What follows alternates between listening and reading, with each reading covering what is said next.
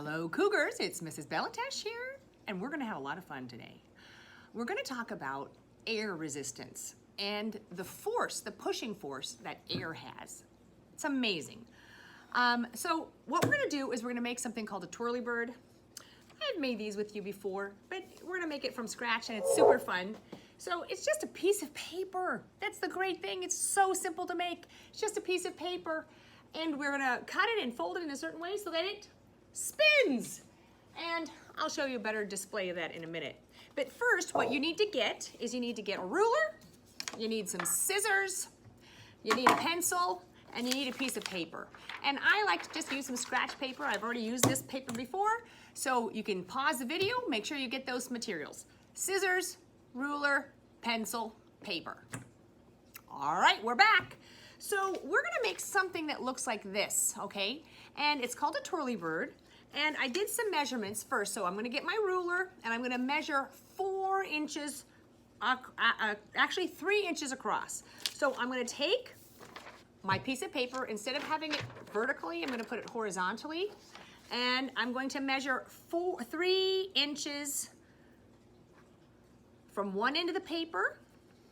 And I'm gonna go down to the other side, 3 inches, and I'm going to connect those 2 lines. Like this, okay? So go ahead and do that. The next step I'm going to do is that I'm going to measure 4 inches from one end of the paper, from one side, down, 4 inches.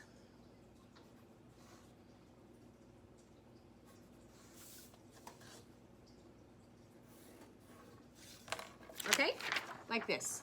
So this section right here is 4 inches, alrighty? And actually, you know what? That's supposed to have been a dotted line. We don't want to cut on that line, okay? Next, I'm going to have the other end. It's going to be, I'm going to measure this and cut this into 3, not cut, but use my pencil to draw 3 lines here, and it's going to be, each is going to be 1 inch wide. So I'm going to get my ruler, 1 inch, put a mark where it's 1 inch, 1 inch, and then I'm going to draw a dotted line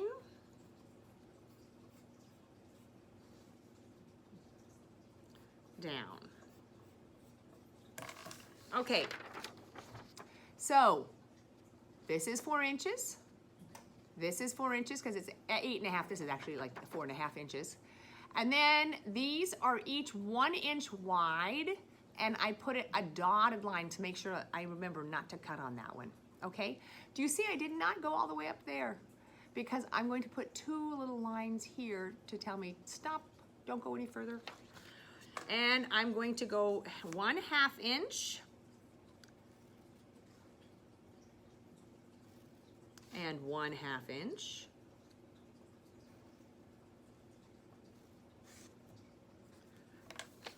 Okay, so this is what it looks like. Whoops, I don't have my line between the 2 of them here. I need to go here, up here, 1.5 inches all the way down. So I'm gonna measure 1.5 inches because it's 3 inches wide. Half of 3 is 1.5.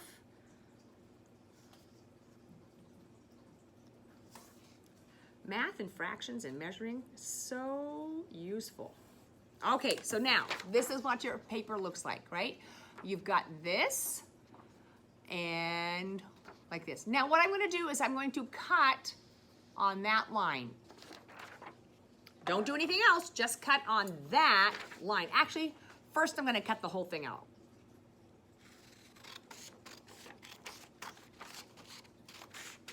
Okay, like this.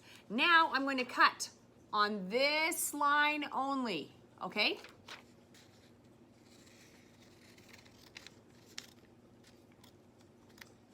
Okay, like this, okay? Now I'm going to cut on these 2 lines, just these 2 tiny little lines.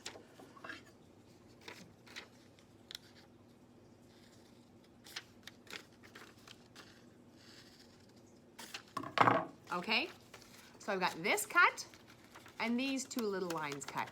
And now I'm going to fold. I'm going to fold on the dotted lines going up and down. And so now it kind of looks like a paintbrush, right? It's got a handle and the bristles. But now I'm going to fold those bristles. I'm going to fold one away from me. And I'm going to fold the other one towards me. Okay? So now it looks like this. And if I let go of it like this, it'll spin. And it'll spin a little slowly. And if I put a weight on it, it'll spin faster. Okay, we're going to take a look at that just now. Okay, boys and girls, we made our twirly bird and now we're going to test it.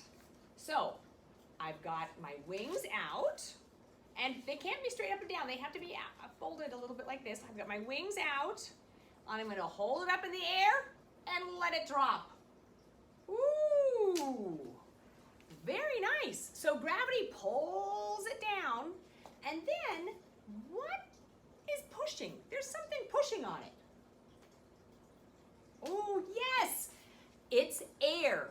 There's air all around us in this room, and the air gets trapped underneath the wings, and the air pushes back up. And when that happens, it causes the twirly bird to spin. Now, if we want our twirly bird to spin a little faster, one thing you can do is you can add a paper clip to the end. And when you add a paper clip to the end, it spins faster. Woo! So great. So gravity pulls it down, and air resistance pushes it back up. Air is a pushing force. Gravity is a pulling force. Let's learn some more about rockets. Okay, Cougars, we are now going to make another fun little toy that demonstrates the power of air, the pushing force of air. And we're gonna make some little paper rockets like this. If you did this with me during spring break camp, you don't have to do it again, but it is super fun. Okay, so the first thing we're gonna do, these are 1.5 inches wide. So I'm gonna get a piece of paper. So these are the things you need. You need a long pencil, you need some tape, you need a ruler, you need paper and pencil, okay? All right, so I'm gonna measure 1.5 inches wide on my piece of paper with I put 2 dots, and now I'm going to connect those two. So I have something like that. I'm just using a scratch paper, okay? And now I'm going to measure, it's 6 inches long. So I'm gonna go from one end of the paper, I'm gonna go down to 6, and it's 6 inches. I'm gonna make a line. Okay, now, if you want to decorate it, this is the perfect time to decorate it. I'm not gonna decorate it, I'm just gonna move forward. And now I'm gonna cut it out.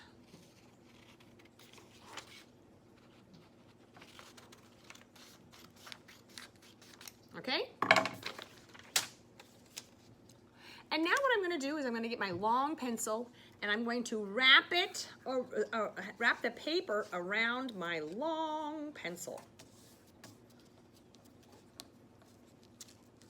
Sometimes a little hard. Okay, and I'm gonna tape it, not to the pencil, but I'm gonna tape the paper closed so it doesn't come unrolled. Okay, and put one more.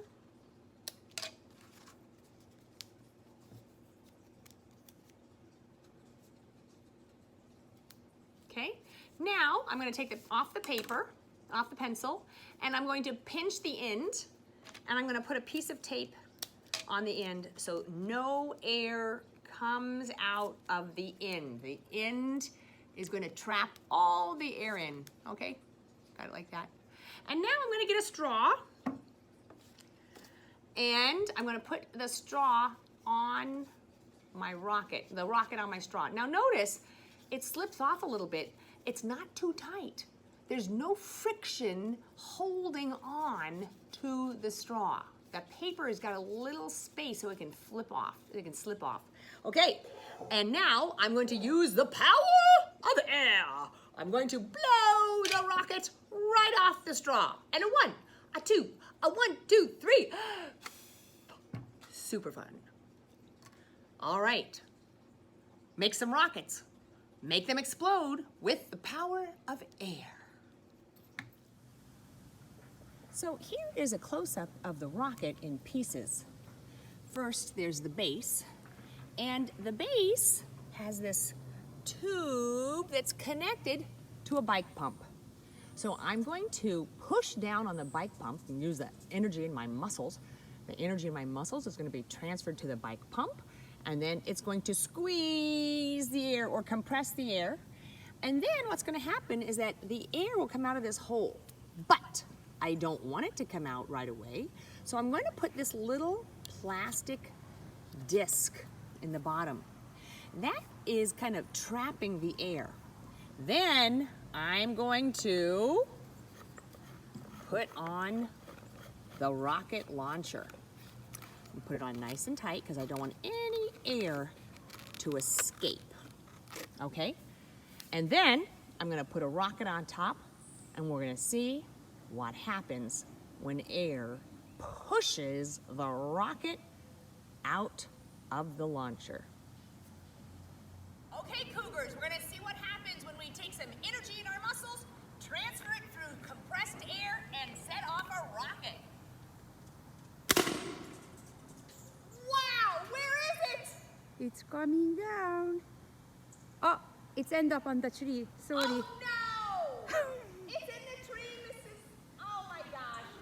Well, look what air does. It's amazing. Well, boys and girls, I set off a rocket.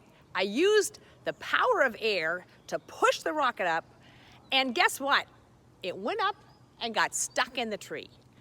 But guess what? Now I'm going to wait for the power of air to push on those branches, and eventually gravity will pull it back down. Forces are awesome. All right, I'm having fun doing all this science with you guys. See you next time, Cougars.